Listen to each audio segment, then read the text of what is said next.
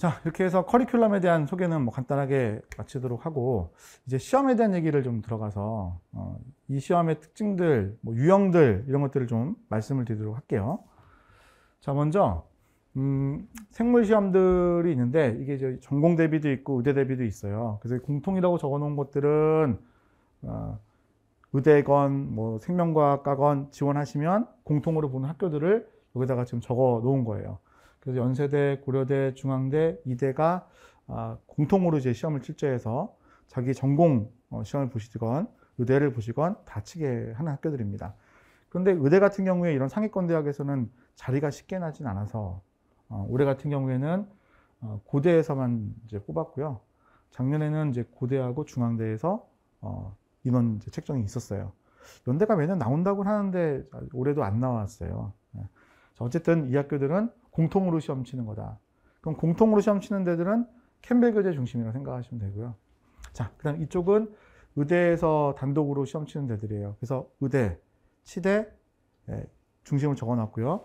이거 외에도 사실은 여러분들이 수의대 준비하시는 분들 계시고 또는 한의대 준비하시는 분들 계신데 그건 좀 생략하고 우리하고 이제 의대, 치대 중심으로 가니까 얘들만 좀 정리해 놨습니다. 그래서 보시면은 여기 여러 학교들이 다 의대 단독으로 시험 출제해서 보는 학교들이고 이 학교들은 이제 전공자들은 이 시험 치지는 않고 그냥 영어 시험 치거나 수학 시험 치거나 해서 들어가는 그런 학교들이에요. 그리고 올해부터 유학과 들어왔죠. 단국대 치대. 단대 치대가 올해부터 들어와서 다음 주에 지금 시험이 있어요. 12월 31일 날. 올해 처음인데 어떻게 시험 내겠다는 유형은 발표를 해서 그 유형 나오지 않을까 생각을 하는데 좀 지켜봐야 되겠습니다. 지금 전체적인 추세를 보게 되면 의대 같은 경우에는 인원이 계속 늘고 있어요. 연고대는 제가 그냥 가져오진 않았는데 연고대는 그냥 늘었어요. 올해 병원도 굉장히 많이 뽑습니다. 고대 같은 경우에는 거의 50명 가까이 뽑아요. 전공 쪽으로. 그러니까 들어가기가 굉장히 수월한 그런 해인 것 같고 아무래도 피트 시험이라는 게 지금까지는 있잖아요. 내년까지는 있기 때문에 아마 내후년까지는 연고대 전공도 상당한 많은 수를 뽑게 될 것 같아요. 자, 그리고 피트 시험이 없어지면은 이제 약대 편입이 들어옵니다. 그래서 내후년부터는 약대 편입도 이제 증가할 것 같고. 자, 의대 같은 경우에 지금 좀 이게 우상향 그래프처럼 올라가고 있고요. 특히 올해 이 치대하고 그다음 수의대 쪽에 인원이 좀 많이 늘었어요. 그래서 각각의 그 학교별로 좀 정리를 한 걸 보게 되면 의대 같은 경우는 많이 늘지는 않았어요. 몇몇 학교가 좀 적게 뽑는 학교들이 있어서 그렇지만 이제 좀 숫자가 는 편이긴 하고요. 치대 같은 경우에는 5개 대학에서 지금 시험 치면서 뽑았는데 인원들이 전체적으로 좀 많이 는 편이에요. 특히 단국대 때문에 많이 늘었고요. 얘가 이제 수의대인데 수의대도 역시 예년에 비해서는 좀 더 늘어난 그런 것을 볼 수가 있습니다. 자, 다음 이제 학교별로요. 제가 유형들을 좀 분석을 해서 가져왔어요.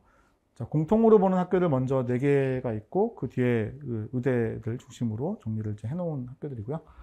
자, 보시면은 학교에서 어떤 거를 교재로 사용하겠다라고 말한 대학이 이제 고대하고 연대 두 개가 이제 말을 해놨어요. 그래서 얘는 생명과학 포커스 2판, 즉 캠벨 교재 요약본을 쓰겠다라고 얘기를 했고 연대 같은 경우에도 생명과학 전 11판, 전 이제 월드와이드 버전 그걸 가지고 출제를 하겠다고 얘기를 해놨습니다. 이 두 학교는 그런 얘기는 안 했지만 사실상 문항들을 보게 되면 그 문장이라든지 이런 내용들이 이미 그 캠벨에 있는 내용들 그대로 쓴 경우가 많아서 얘네 두 학교도 이 교재가 중심이라고 생각하시면 되겠고요. 문항은 다 비공개로 좀 나오고 있어요. 그래서 저도 학생들이 시험 치고 나오면 이렇게 좀 물어 복원을 해가지고 문제를 다시 제작해서 여러분들을 가르치고 있는 이런 상황이라고 보시면 되겠습니다. 자, 형태를 보게 되면 고대는 논술형 주관식, 좀 이따 보겠지만 정말 논술이에요. 그래서 예전에는 6-7문 정도 출제가 되는데 작년부터 좀 경향성이 바뀌는 것 같아요.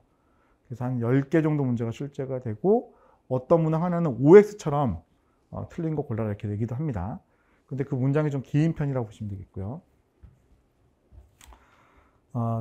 주로 이제 논술로 적어야 되기 때문에 추론, 사고형이 다수로 나오고 있고 출제 범위는 점점 다양해지고 있어요. 예전에는 문제생물의 생물학으로 좀 국한이 됐는데 재작년부터 식생분직, 식물, 생태, 분류, 진화 쪽까지도 더 많이 나오는 이런 경향성을 좀 보이고 있고 자, 연대 같은 경우에는 객관식 40개, 주관식 10개였는데 올해 바뀌었어요.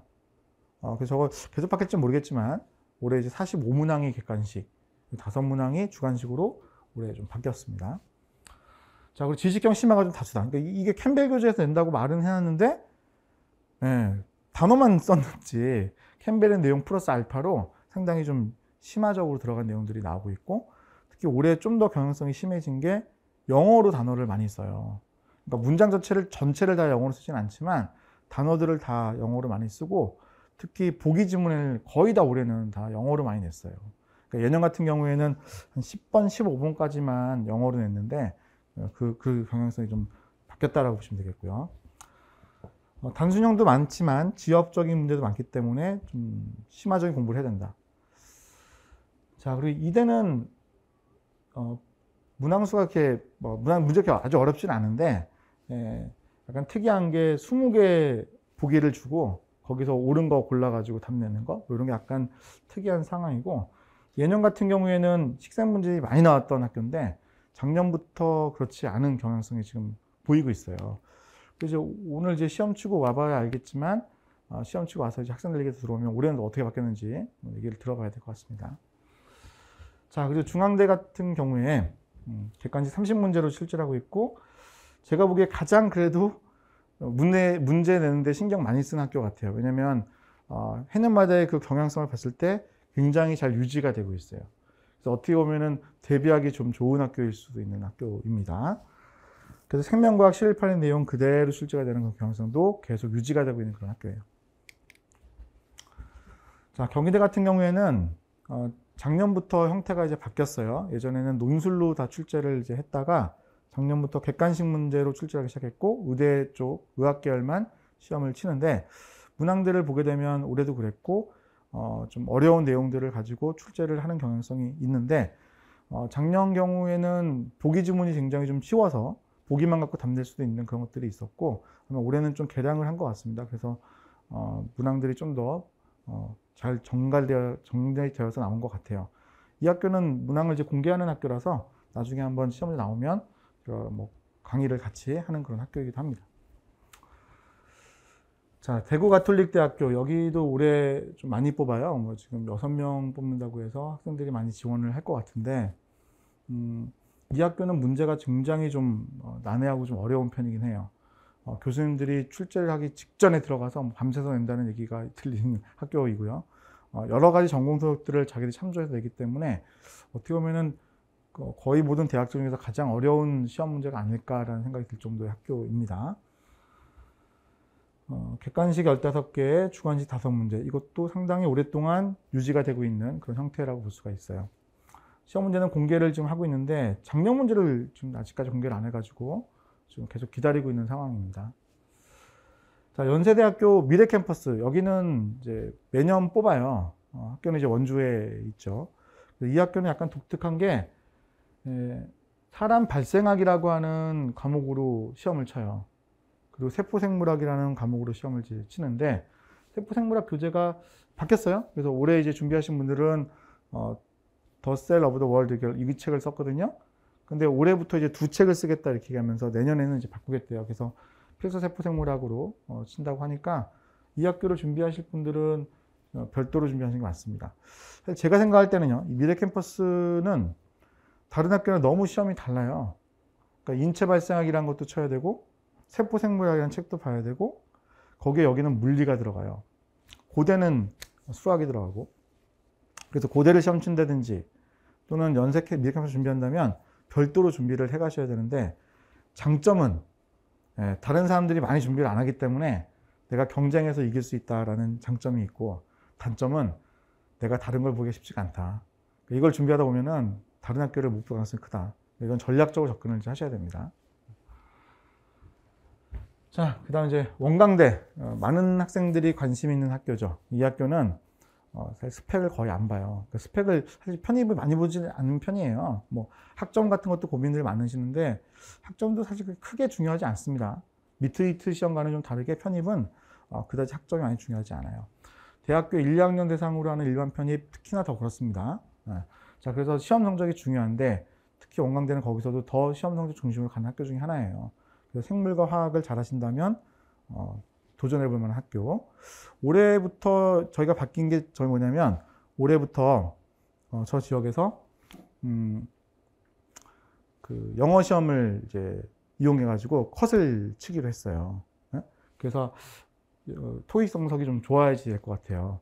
근데 의대 준비하시는 분들은 보통 토익이 거의 만점에 가깝게 많이들 받으시거든요. 그래서 의대 준비하신다면 하여튼 토익 점수를 최대한으로 올려놓도록 그렇게 하십시오.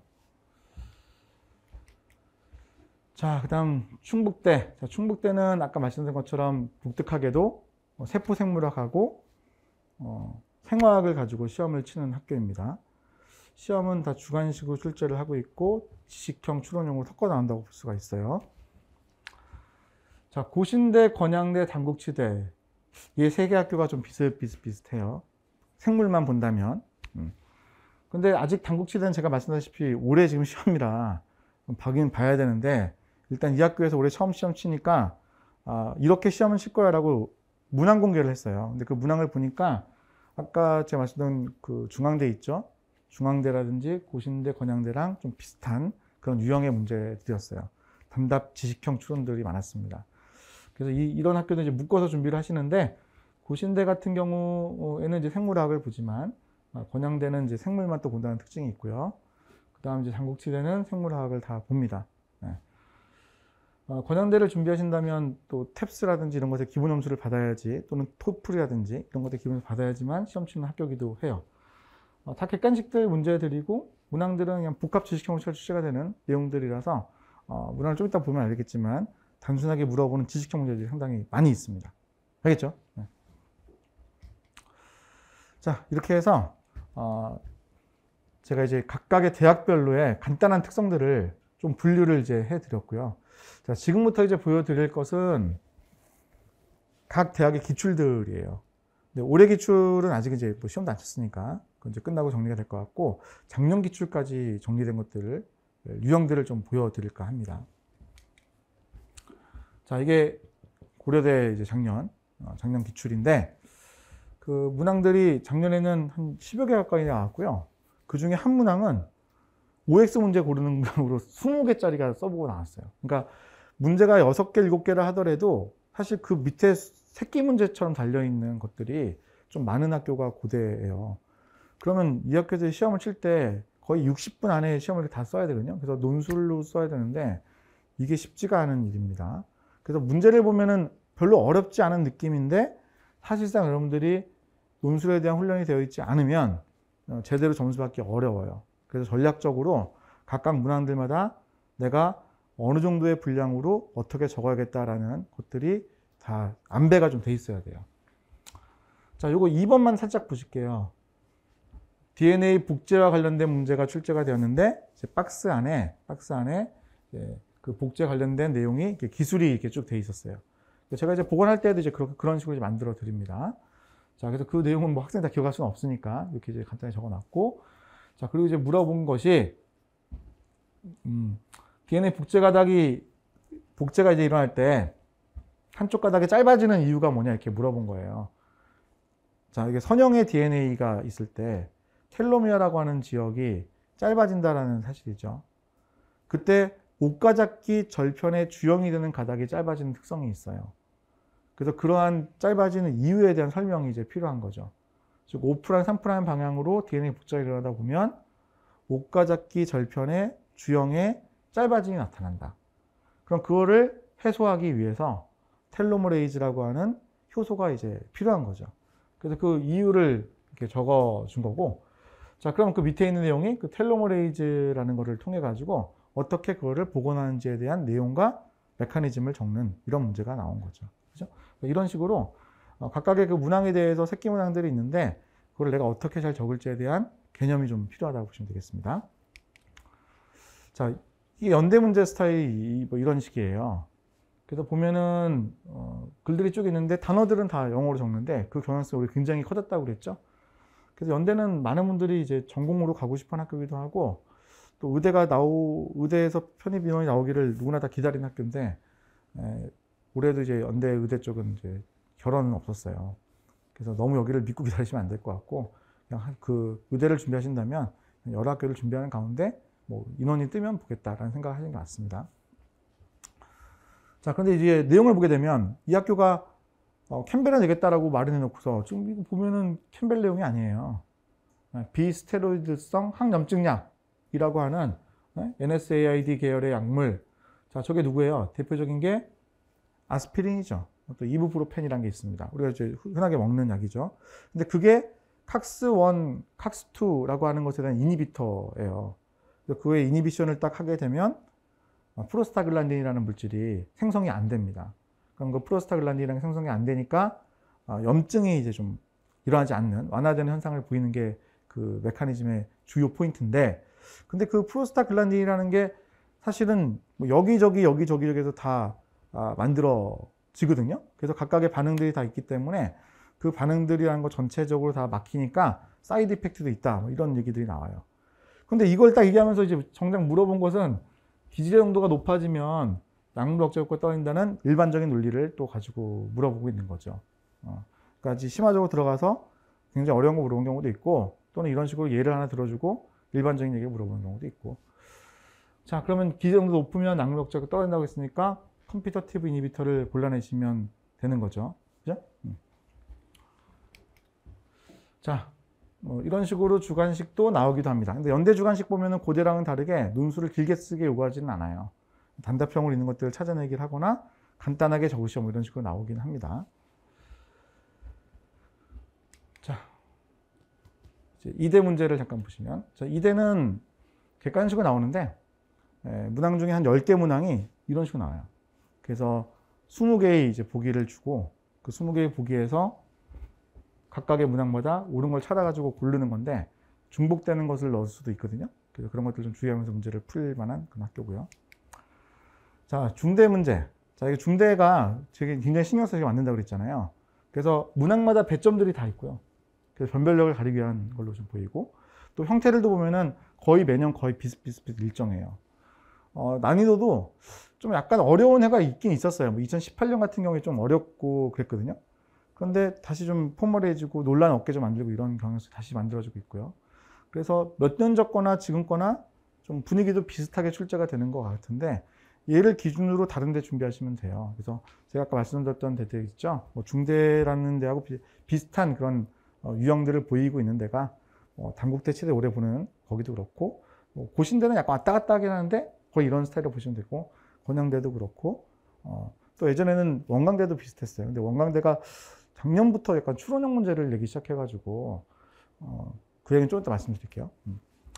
자, 어쨌든 이제 중대 같은 경우에는 이런 식으로 문항을 출제하고 있고, 제가 하나 더 말씀드리고 싶은 것은 각 대학의 기출들 꼭 봐라. 특히 공개가 된 대학들은 더더구나. 왜냐하면 예전에 나왔던 기출들을 이용을 해서 올해 문제를 푸는 것들이 좀 나와요. 그러니까 옛날 거를 모르면은 갑자기 생뚱맞은 것처럼 느껴지는 문항들도 있거든요. 근데 그렇게 제가 느낌 드는 대학이 가장 대표적인 데가 중대하고 대가대예요. 특히나 그 두 대학은 더 심해요. 사실 고대도 그런 모습이 좀 보이기도 하고 연대도 보이기도 합니다만. 자, 그래서 꼭 기출들이 공개되는 쪽은 더더구나 한번 꼭 체크를 하고 보시길 바라고요. 이 문항 두 개도 여러 번 반복되는 그런 문항 중에 하나예요. 이것도 중대 문제고요.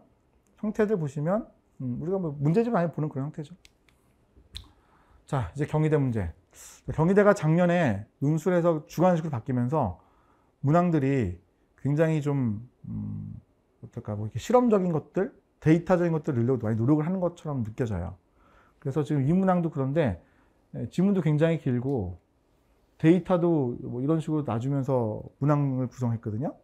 근데 작년에는 좀 폭망한 게 뭐냐면 보기 지문이 좀 너무 이렇게 되면 어떡합니까? 기역, 니은이 다 들어가 있어가지고 기역, 니은 다 맞는 지문이고 나머지 디귿, 리을, 미음 갖고 판단할 수가 있는 건데, 문제를 보게 되면 기역, 니은을 맞다고 판단하면은 디귿, 리을, 미음이 좀 쉽게 나오는 답이 나오는 그런 유형의 이제 문제가 돼버렸어요. 그래서 좀 약간 폭망한 느낌이 조금 있긴 한데 올해는 이제 그런 걸 개선해가지고 제대로 좀 더 만들어내고 있는 것 같아요.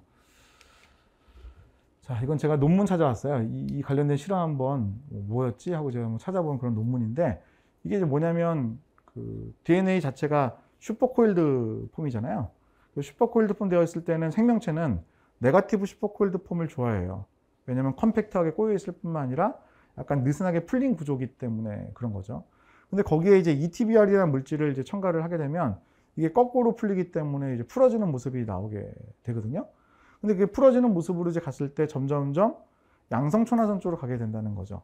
근데 양성초나선 가기 전에 음성초나선으로 되어 있던 애가 이렇게 릴렉스드 폼이라고 하는 완전히 풀어진 형태가 먼저 되고 다시 양성초나선으로 가는 모습이에요. 그러면 정경동을 하게 되면은 이 컴팩트한 형태는 빠르게 이동할 수가 있기 때문에 얘나 얘나 빠르게 내려가는 모습을 볼 수가 있죠. 여기서부터 출발해서 여기까지 갔다는 얘기예요. 자, 그런데 얘 같은 경우에는 릴렉스드 폼이기 때문에 퍼져 있기 때문에 정경동했을 때 잘 안 내려가는 그런 모습이라는 거죠. 그죠? 그래서 이건 이제 논문에 있는 그런 내용들이고 경희대 문제도 똑같이 그 형태를 가지고 출제를 한 거예요. 이동하는 거리를 봤을 때에도 이렇게 이제 차이가 있다는 걸 보여준 거죠. 그리고 그에 대한 질문을 던진 거예요. 자, 이게 이제 대가대 문제죠. 자, 대가대 문제는 제가 볼 때는 여러 기출들 많이 참조해요. 그래서 미트위트 시험도 참조하는 것 같고, 공개되어 있는 여러 가지 시험들 참조하는 것 같아요. 자, 그런데 이거 출제하신 분이 자기의 생각이 들어가요. 그래서 대가대 문제가 좀 어려워요. 자기의 생각이 들어가니까 우리가 안 배웠던 어떤 이상한 지문들의 내용들이 들어가 있거든요. 그래서 이 학교는 아마 제가 볼 때는 평균점도 굉장히 좀 낮은 편일 거고, 아마 합격권도 낮을 거라고 같아요. 공개를 잘 하진 않지만, 그럴 걸 예상이 됩니다. 자, 어쨌든 그걸 감안하면서 준비를 한 학교라고 보시면 되겠고, 이게 이제 거기서 나온 문항 중에 하나인데, 작년에는 이렇게 나왔어요. 그러니까 이 학교도 이제 약간 형태들이 매년 조금씩 바뀔 수 있는 학교 중에 하나인데, 보기 주문이 8개로 나왔어요.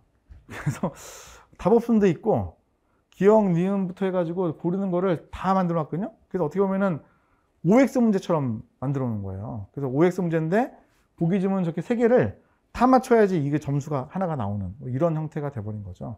그래서 좀 까다로운 학교가 돼버렸죠. 어쩔 수 없이. 자, 문제는 따로 풀진 않을 텐데 이 문제는 짝풀림에 대한 얘기예요. 그래서 짝풀림에 대한 얘기는 미트에서는 굉장히 많이 다룬 그런 내용이거든요. 그래서 미토콘 현타객을 준비해 놓고, 미토콘 현타객이라는 것 자체가 미토콘드리아의 산화적 인산화를 보기 위한 시스템이에요. 그래서 그걸 보기 위해서 준비를 한 거고, 그때 짝풀림제를 넣게 되면 수소이온의 기울기를 제거를 하는 역할을 해서 미토콘드리아 내부에서 ATP가 안 만들어진 현상을 보이게 되거든요. 그런 것들을 이제 처리하기 위한 약품이라든지 걸 처리하고 어떻게 진행이 되는지를 물어보고 있는 거죠. 그래서 산소의 소모율은 결국 전자전달계가 제대로 들어가는 것에 대한 반증, ATP가 잘 만들어지는 것은 ATP 합성효소가 잘 들어가는 것에 대한 반증이거든요. 그래서 그걸 이제 이용을 해가지고 문제를 푸는 것이 나왔습니다. 자, 이것도 제가 볼 때는 이 사람들이 만드는 문항인 것 같아요. 왜냐면 이런 형태 다른 시험들은 잘 안 내거든요.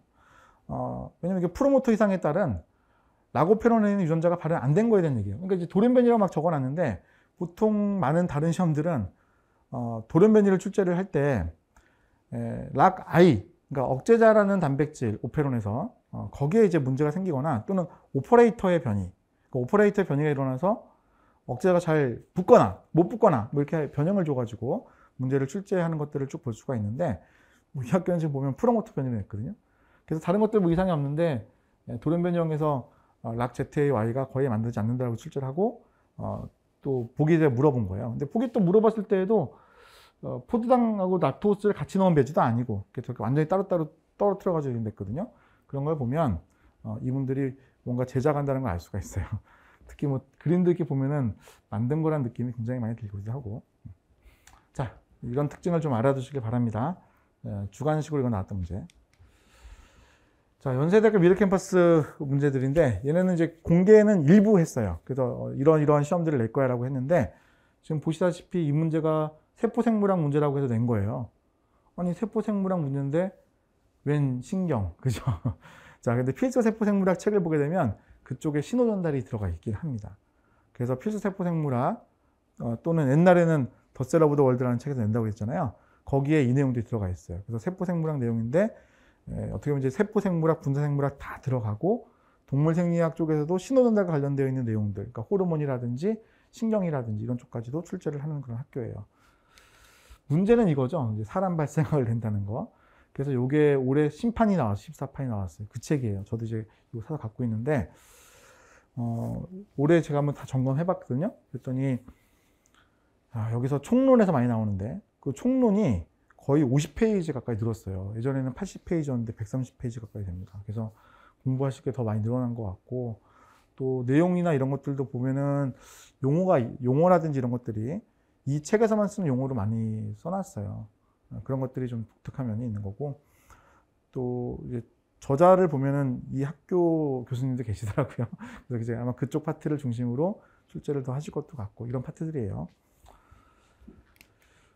자, 다음 이제 원광대. 자, 제가 아까 원광대가 예년에는 뭐 중앙대라든지 고신대, 건양대 이런 데랑 비슷비슷한 유형이라고 말씀드렸어요.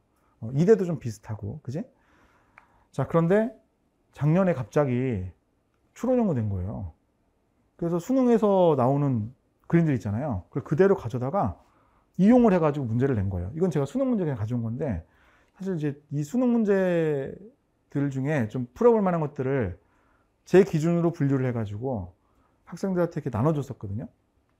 그런데 그거를 득을 본 친구들은 그걸 이제 제가 이제 수업 시간에 다루진 않고 나눠줬단 말이에요. 그러니까 그거를 푼 친구들은 도움이 많이 됐는데, 그거를 그냥 등한시했던 친구들은 갑자기 유형 바뀌니까 머리가 굉장히 아팠던 것 같아요. 그래서 작년에 원광대 같은 경우에 평균점이 굉장히 낮아졌어요.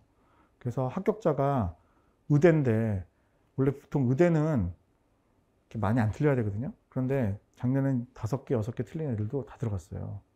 그만큼 이제 좀 학생들한테 약간 충격적으로 다가왔던 학교인 것 같긴 해요. 근데 문항대 보면은 그냥 우리가 아는 그런 문항대 어떻게 보면 미트히트에서 다뤘던 또는 수능에 다뤘던 그런 그림들 갖다 놓고 형태를 물어보는 거였고요. 좀 약간 이제 머리가 아팠던 건 뭐냐면 유전학이 많이 나왔어요. 그래서 올해는 1월 20일 날 이제 이 학교 시험 치는데 그 전에 제가 특강할 거거든요. 그래서 유전학 쭉 달아주려고 하는데, 유전학이 작년에 10개 나와가지고 학생들이 거기서 완전히 뭐 머리가 아팠다 하더라고요.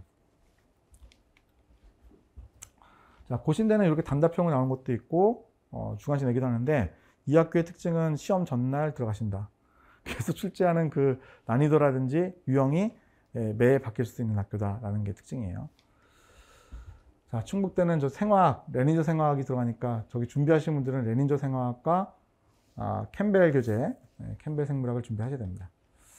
자, 이렇게 해서 각각의 대학별 기출들, 유형들을 좀 봐드렸고요. 보시다시피 지금 뭐 유형들 굉장히 다양하고, 또 대학별로 문항들 굉장히 많이 쌓여 있거든요. 그래서 아마 국내 어느 시험을 준비하시는 것보다도 많은 문제들을 푸시게 될 거예요. 편입 준비하면 그렇게 될 수밖에 없어요. 그러니까 어떤 하나의 내용을 굉장히 깊이 파고 들어간다기보다는 어느 정도만 깊게 들어가면서 문항들을 다양하게 풀어야지 여러분들이 이 시험 대비가 충분히 가능합니다. 자, 제가 이제 당부의 말을 좀 하고 싶은 게 있어서 좀 가져와 봤어요. 자, 먼저 주제 굉장히 다양해요. 일반 생물학 범위 다 다룹니다. 거기에 의대 준비하신 분들은 생화학 내용이 플러스 알파로 들어간다라는 거 감 잡으셔야 되고요. 문제 형태 굉장히 다양해요. 정형화된 어떤 공통 문제 있는 거 아니에요. 제가 말씀드렸다시피 소주제별로 각자 쪼개진 문항들이 있다고 보시면 되겠고요. 가설 거의 내지 않아요. 그냥 사실에 입각한 내용들만 가지고 출제를 하고 있다고 보시면 되겠습니다. 정리해 갈 땐 이렇게 정리해 가셔야 돼요. 이건 제 교재 일부를 가져온 건데, 저는 이제 교재를 나눌 때 단원별로 A 단원부터 Z 단원까지 나눴어요. 그래서 A 단원부터 H 단원까지는 세포생물학 부분을 세분화한 거고요. I부터 K는 분자생물학, 그 다음에 L부터 W까지는 동물생략을 세분화한 거고, 그 다음에 X, Y, Z가 식물생태 분류진화를 나눈 거예요. 근데 그 안에도 또 다시 이렇게 제가 매핑을 해놨거든요. 매핑이 되어 있는 곳에 마지막에 있는 단어들이 다 주제라고 보시면 돼요. 그래서 그 주제들별로 정리를 해가야 돼.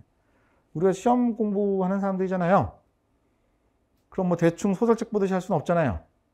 그러니까 이제 공부가 나 끝났어. 그럼 선생님 어떻게 제가 준비가 되어 있어야지 공부가 끝난 겁니까? 내가 이거를 딱 가르쳐가지고 너한테 물어보는 거야. 말해봐라. 말할 수 있어야 된다.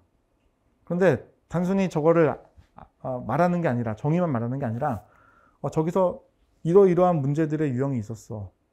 이러이러한 걸 포인트로 내는 것 같아. 라는 얘기가 들어가야죠. 더 좋게는 난 이런 걸 틀렸어. 난 이걸 이렇게 외워야 돼. 라는 걸 알고 있는 게 중요하죠. 그죠? 그래서 각각의 주제들마다 그렇게 쭉 정리를 해 가셔야 돼요. 그래서 제가 저거 소주제, 그러니까 이제 큰 주제로 보면 26개로 제가 주제를 나눴고, 소주제로 보면 기출 소주제를 250개 정도 잡아놨어요, 제가. 그래서 그 250개 내에서 거의 빠짐없이 많이 나오거든요. 그러니까 그걸 벗어나는 거는 누구도 공부하기 힘들어요. 그러니까 그것까지 우리가 다 하는 거는 좀 오버고, 저것만 다 정리해서 시험 준비가 되셔도 합격하는 데 사실 지장은 없다. 자, 그래서 이런 것들을 좀 체크해서 공부하셔야 된다. 자, 우리가 공부할 때는 좀 확장해서 공부하십시오. 내가 100%된 것 같아 라는 생각이 들었을 때 더 하십시오. 나 이 정도 알면 될 것 같아, 더 하십시오. 그래야 내가 아는 범위가 좀 늘어나요. 그래야 좁은 범위로 좁혀졌을 때, 결국 이제 외우는 거는 그 내부의 내용들일 거거든요. 그나마 그래야 이해가 더 잘 가고 더 많이 외워요.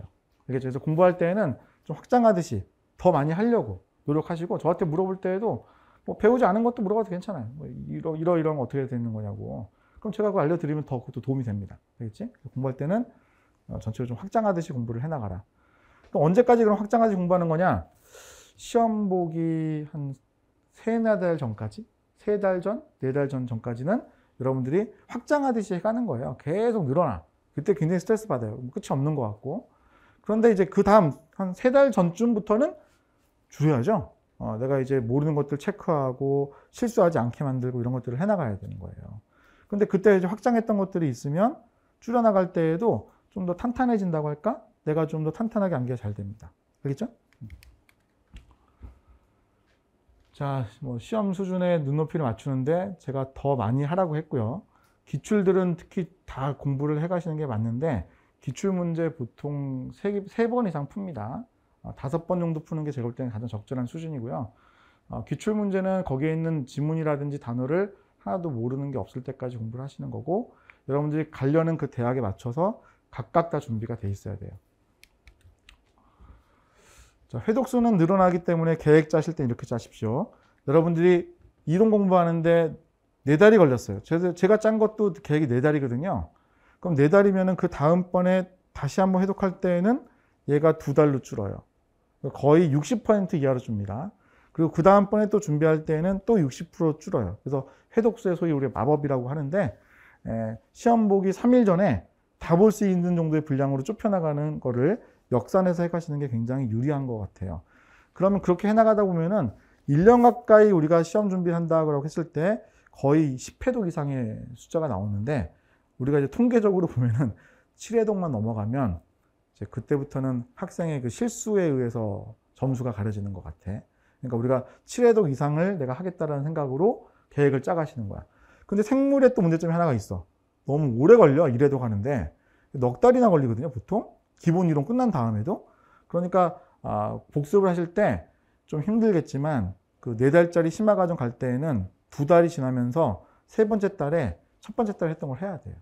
그 시기가 제일 힘든 시기일 수 있거든요. 그래서 그 시기를 잘 슬기롭게 넘어가시면 좀 더 수월하게 여러분들이 수험생 하실 수 있을 겁니다. 자, 공부하실 때는 항상 모르는 것부터 하는 거예요. 그래서 여러분들이 이제 이론 강의가 끝난 다음부터는 다시 복습하실 때에는 모르는 부분부터 하는 거예요. 제가 나중에 이제 끝나고 나서 한번 묶어드릴 겁니다. 단원들을 이렇게 묶어서 보는 게 맞다. 그러면 어느 파트가 약한 단원들이란 게 있어요. 그러니까 제가 예를 들어서 B, C, D 이렇게 묶어드려요. 왜냐면 거기는 세포하고 분열에 대한 얘기로 묶여져 있거든요. 그러니까 제가 이렇게 단원별로 묶어드릴 거예요. 그러면 이제 약한 파트들이란 게 있기 때문에 그 부분들을 먼저 공부를 해나가시는 게 당연히 유리합니다. 오케이? 자, 이렇게 해서 제가 이제 좀 많은 얘기를 했어요. 이 시험에 대해서 준비하는 것도 커리큘럼도 얘기했지만, 시험의 특성이라든지 기출이라든지 공부하는 방법들까지도 거의 이렇게 짧은 시간 아니에요. 지금 1시간 가까이 떠들고 있어요. 시간 빨리 가셨습니까? 많은 도움이 되시길 바라고요. 여러분들 앞으로 제가 1년 가까이 이렇게 준비를 하는데 도움을 드릴 테니까, 저랑 같이 열심히 준비하셔가지고 꼭 원하는데 좋은 곳으로 갈 수 있도록 하십시오. 알겠죠? 네. 자, 밴드 보시는 분들도 수고 많으셨고, 밴드 보시는 분들은 제가 오늘 직접 오지 않으셔가지고 제가 상담을 못 해드리는데, 나중에 이제 TBO 밴드 2기를 또 모집할 거거든요. 그때 들어오시고 또 수업도 이제 현강 들으시면 또 제가 상담해 드리니까 그때 가셔서 상담 신청하셔서 하시고요. 밴드로만 계속 들으시는 분들 계세요. 그럼 그런 분들은 줌 상담도 해드리고 있어요. 그래서 나중에 상담을 해드릴 테니까 나중에 한번 봅시다. 알겠죠? 고생하셨어요. 자, 그러면 실강 들으신 분들 순서대로 상담 진행합시다. 네, 수고하셨습니다.